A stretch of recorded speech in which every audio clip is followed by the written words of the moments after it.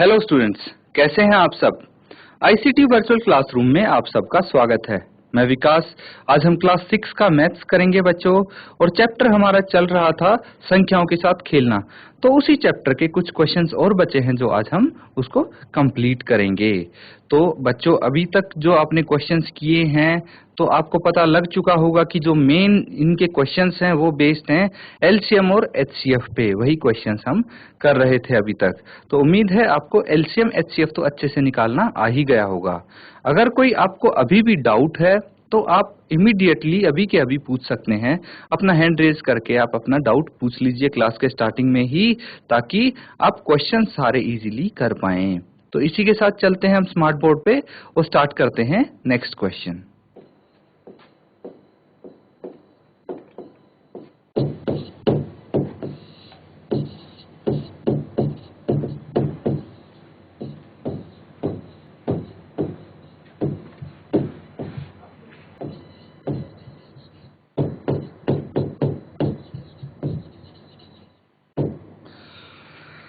तो बच्चों, जो लास्ट एक्सरसाइज का 8वां क्वेश्चन करेंगे हम। इससे पहले के क्वेश्चंस हम कर चुके हैं। इस क्वेश्चन में क्या है, यहाँ पे दिया हुआ है कि वह सबसे छोटी संख्या ज्ञात कीजिए जिसे 6, 15 और 18 से भाग देने पर प्रत्येक दशा में 5 शेष रहे। ये थोड़ा सा डिफरेंट अलग सा क्वेश्चन हो गया। तो यहाँ पे स्टूडेंट्स ध्यान देना है आपको कि पूछा क्या गया है ना। उसी के अकॉर्डिंग हम क्वेश्चन सॉल्व करेंगे।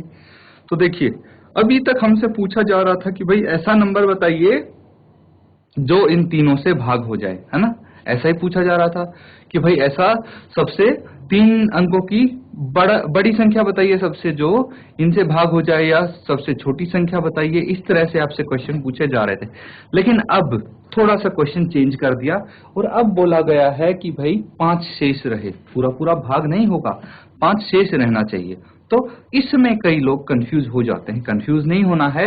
आप सबसे पहले क्या करेंगे, सबसे पहले वही संख्या निकालिए जो इन तीनों से पूरी पूरी भाग हो जाए।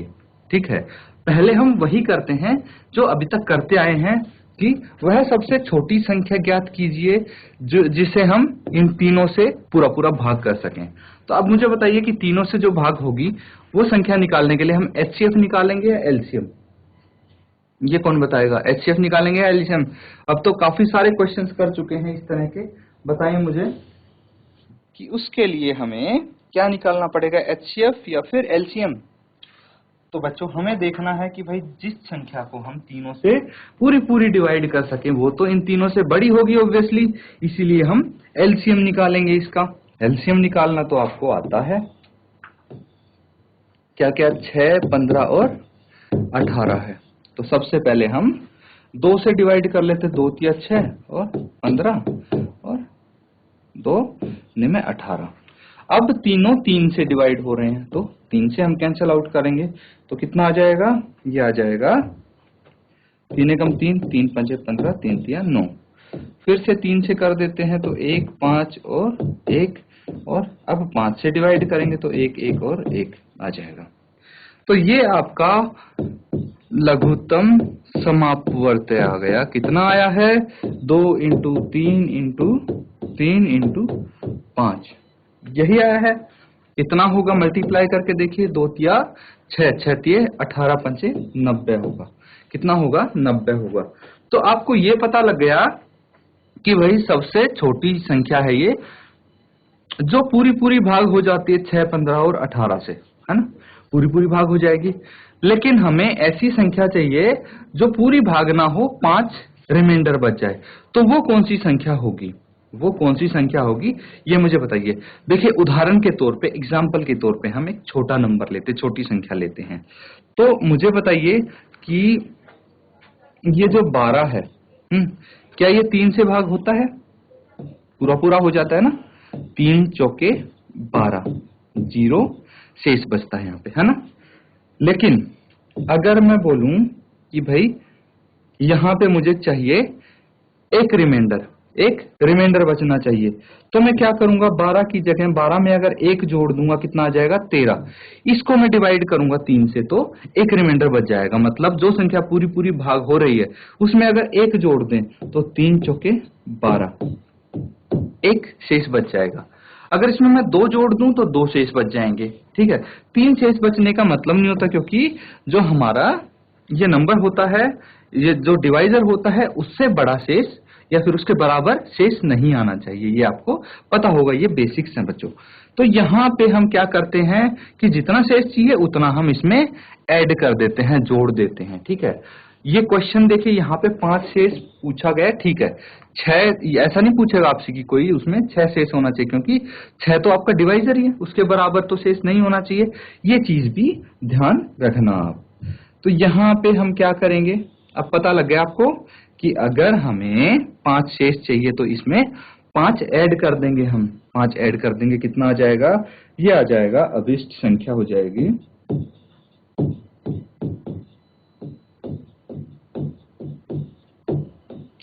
अभिष्ट संख्या हो जाएगी 90 और इसमें 5 हम ऐड कर देंगे, ये आ जाएगा 95।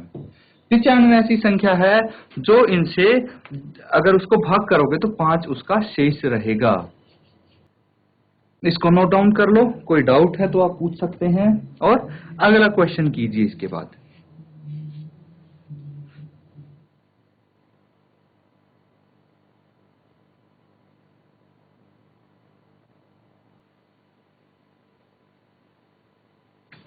हो गया सबका नोट डाउन। अब नेक्स्ट क्वेश्चन की तरफ चलते हैं। यहाँ पे बोला गया है कि 4 अंकों की वह सबसे छोटी संख्या ज्ञात कीजिए जो 18, 24 और 32 से विभाज्य है। अब तो आप एक्सपर्ट हो गए होंगे इसमें, ऐसी संख्या ज्ञात करने में जो इन सबसे विभाज्य है। सबसे पहले हम सिर्फ वो संख्या ढूंढेंगे जो इन तीनों से विभाज्य है, उसके बाद हम आएंगे 4 अंकों की छोटी संख्या पे। तो सबसे पहले उस संख्या को हम ढूंढने के लिए क्या करेंगे, इसका एलसीएम निकालेंगे। जैसा पिछले क्वेश्चन में किया था उसी तरह हम इसमें भी करेंगे। 18, 24 और 32 का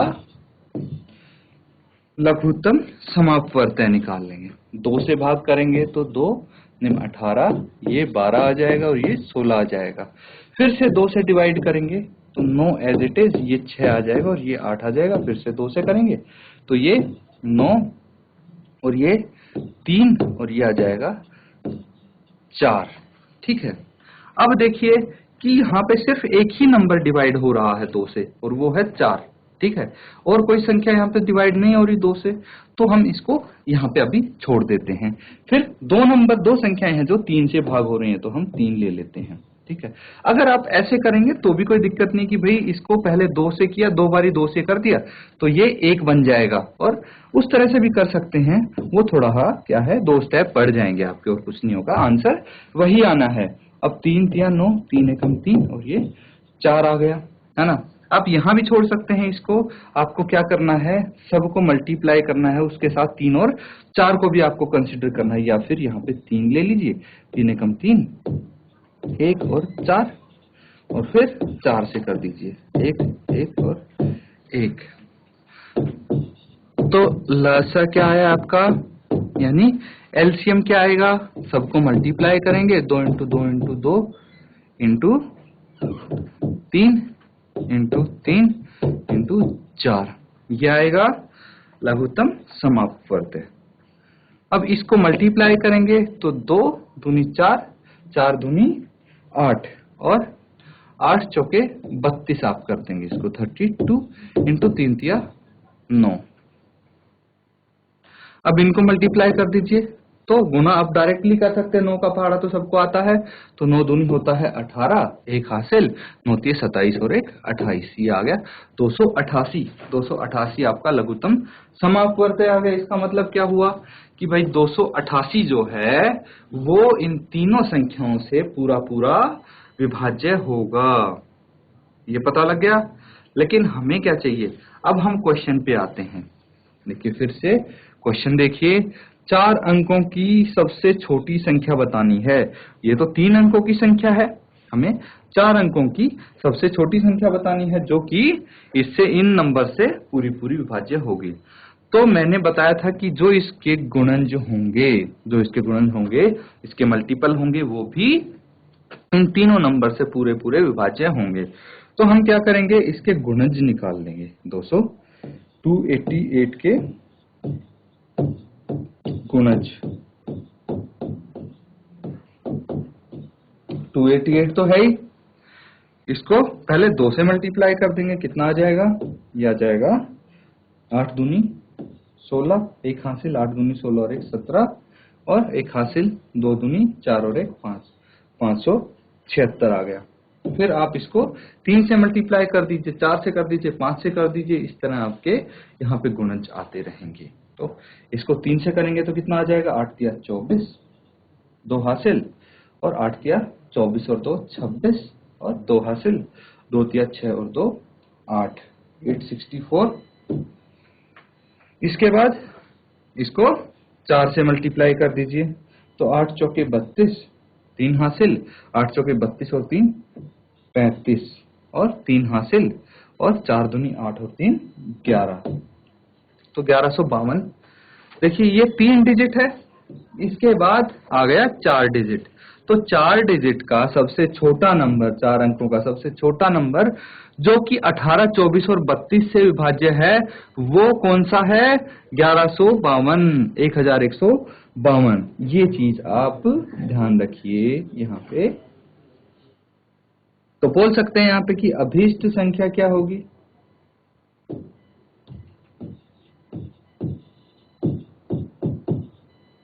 अभीष्ट संख्या यही तो है 1152। तो इस तरह से इनको आप कर सकते हैं अटेम्प्ट। नोट डाउन कर लीजिए, कोई डाउट हो तो आप पूछ सकते हैं।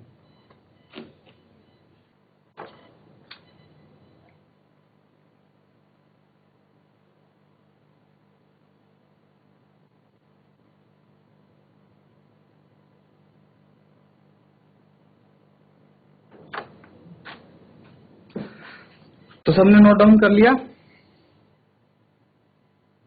अब अगला क्वेश्चन देखिए, यहाँ पे क्या दिया हुआ है, यहाँ पे है निम्नलिखित संख्याओं का लस ज्ञात कीजिए, इनमें एक संख्या सदैव 3 का एक गुणज है। ये आपको गिवन है, दिया हुआ है, ठीक है।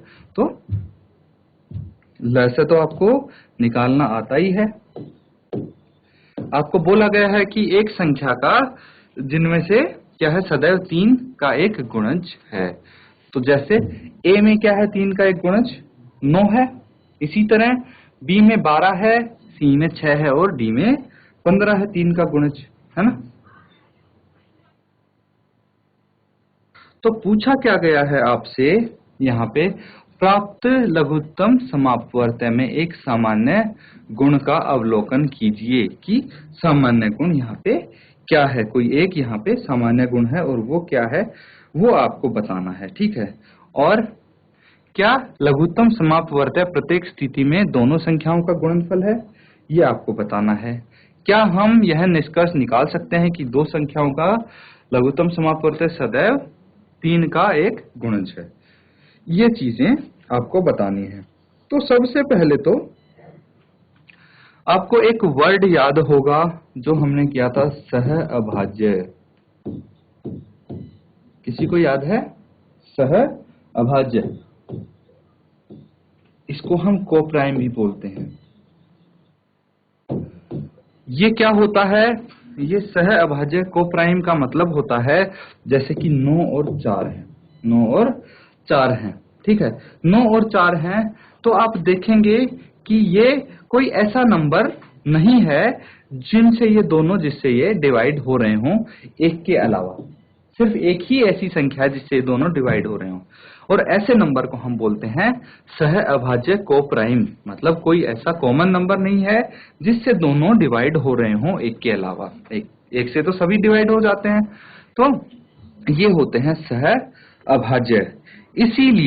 इसीलिए इनमें जो एक सामान्य गुण आएगा वो क्या आएगा कि जो इनका एलसीएम होगा, लघुत्तम समापवर्त्य होगा, वो क्या होगा, वो इनका एलसीएम इन दोनों की मल्टीप्लिकेशन होगी, इन दोनों का गुणन होगा। मतलब मेरा कहने का ये है कि भाग ए अगर हम करें तो 9 इंटू 4, 9 चौक 36, ये इसका एलसीएम होगा। आप सीधे लिख सकते हैं कि अगर दो संख्याएं हैं और उनमें वो दो संख्याएं को प्राइम हैं, तो आप बोल सकते हैं कि भाई उनका जो एलसीएम आएगा वो उन दोनों को मल्टीप्लाई करके आएगा। ठीक है, एलसीएम आपको अलग से निकालने की जरूरत नहीं होगी। जैसे कि इनको देखिए, हम एलसीएम निकालते हैं इसका। ठीक है, अब अगर एलसीएम निकालेंगे तो क्या करना है हमें, 9 है और 4 है ना।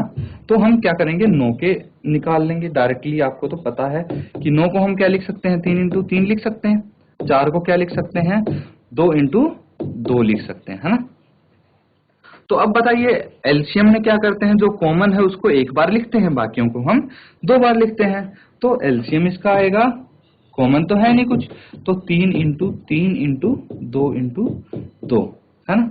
तो 3 तिया 9, 2 दूनी 4 और 9 चौक 36 आ गया, ये आ गया 36। वही तो मैंने बोला था कि दोनों का मल्टीप्लाई कर दोगे तो इनका क्या आ जाएगा, इनका लघुत्तम समापवर्तय आ जाएगा। ये है भाई इनका सामान्य गुण।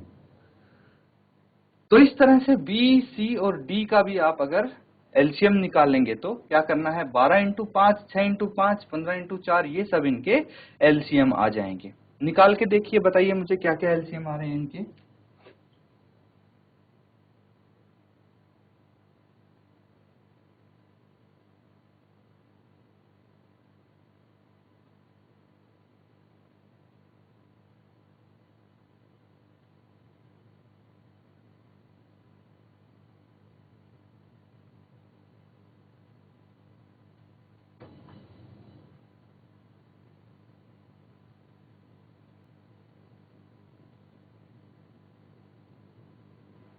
तो इसका आएगा एलसीएम कितना आ जाएगा,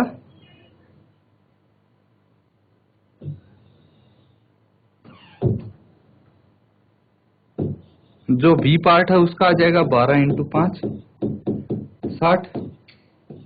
सी पार्ट का आ जाएगा 6 इंटू 5, 30। और जो डी है उसका आ जाएगा 15 इंटू 4, 60। क्या आ जाएगा, ये इनके लघुत्तम समापवर्तय होंगे। अब क्या बोला गया है कि क्या एलसीएम प्रत्येक स्थिति में दोनों संख्याओं का गुणनफल है। तो यहाँ पे तो यही चीज तो मैं बोल रहा था कि भाई दोनों संख्याओं का गुणनफल एलसीएम होगा, है ना। क्यों होगा, क्योंकि ये अभाज्य संख्याएं हैं। तो आप इसको अगर प्रॉपरली लिखेंगे तो कैसे लिखेंगे कि दोनों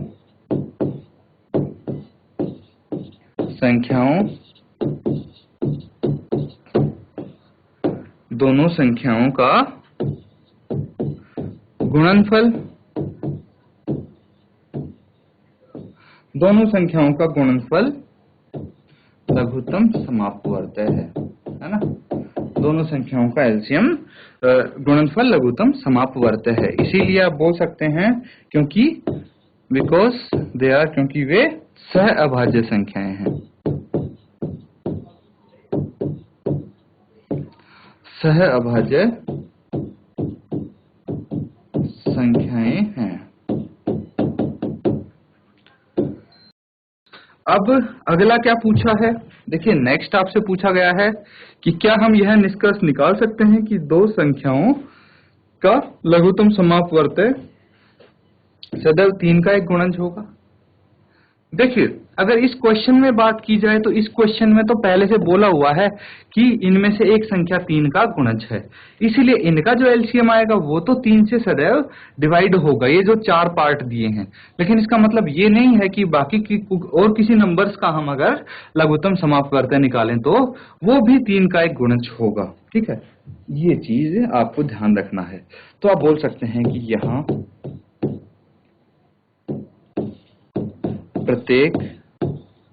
यहाँ प्रत्येक 3 का गुणज है, यहाँ प्रत्येक 3 का गुणज है, परंतु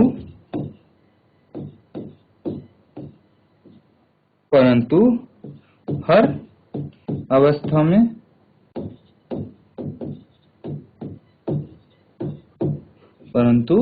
हर अवस्था में यह संभव नहीं है।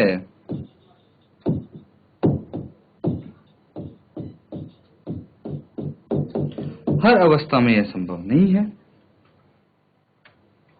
तो ये आपका 10th क्वेश्चन हो गया, इसको नोट डाउन कर लो आप।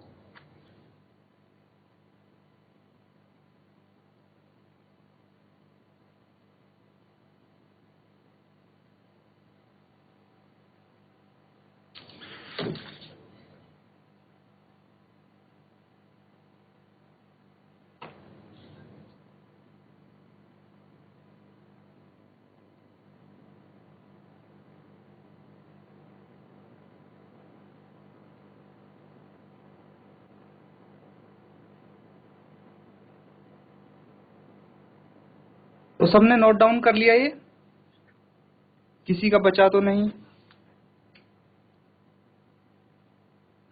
तो चलिए एक क्वेश्चन और हम करते हैं। यहां पे क्या है, एग्जाम्पल 14 हम करने जा रहे हैं। उसमें है भाई कि सबसे छोटी संख्या ज्ञात कीजिए। सबसे छोटी संख्या, सबसे छोटी संख्या ज्ञात कीजिए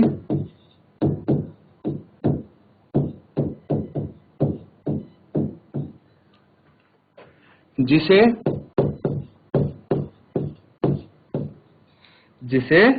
12, 16, 24 और 36 से भाग देने पर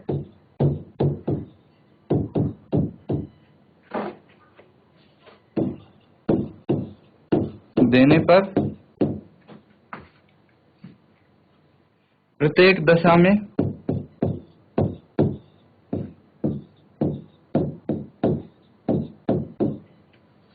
7 शेष रहता है। शेष वाला किया था हमने, तो बिल्कुल उसी तरह हम इस क्वेश्चन को भी करेंगे। यहाँ पे फर्क क्या है, अलग क्या है? यहाँ पे अलग ये है कि भाई यहाँ पे हमारे पास 4 नंबर हैं। 4 नंबर का हमें एलसीएम निकालना है, लघुत्तम समाप्त करते हम यहाँ पे निकालेंगे। तो क्या क्या है, 12, 16, 24 और 36 है। हमने सबको क्या करना है, यहाँ पे डिवाइड करना पहले 2 से। 2 6 12, 2 8 16, ये 12 आ गया और ये 18 आ गया। फिर से 2 से करेंगे तो 3 4 6 और 9 ये आ जाएगा। फिर से 2 से करेंगे तो 3 2 3 और 9 आ जाएगा। और फिर से हम इसको 2 से कर सकते हैं, कितना आ जाएगा, 3 1 3 और 9। इसके बाद हम किससे कर सकते हैं इसको, अगर यहाँ पे 3 से करेंगे तो कितना आ जाएगा, 3 एकम 3 1 1 और 3 यहाँ पे आ जाएगा। फिर से 3 से करेंगे तो अब सब यहाँ पे 1 आ जाएंगे। तो एलसीएम यहाँ पे क्या होगा, एलसीएम हो जाएगा 2 into 2 into 2 into 3 into 3 into 3, ये एलसीएम हो जाएगा। कितना आएगा एलसीएम, इनको मल्टीप्लाई करके देखिए आप। तो यहाँ पे ये भी 2 होगा, 2 से डिवाइड किया है ना इसको, और फिर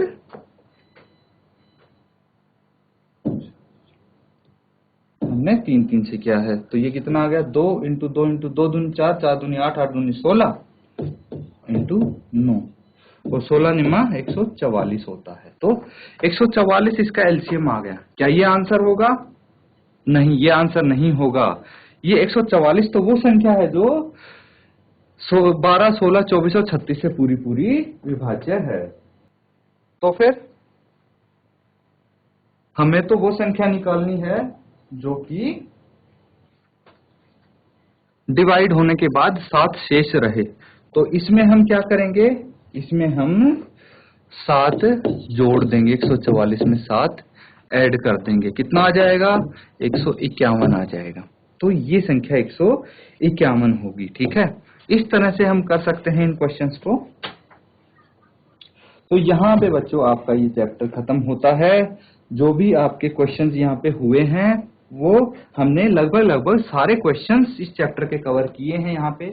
उसके बावजूद अगर कोई आपको डाउट रहता है तो आप एकदम से पूछ सकते हैं अपना डाउट।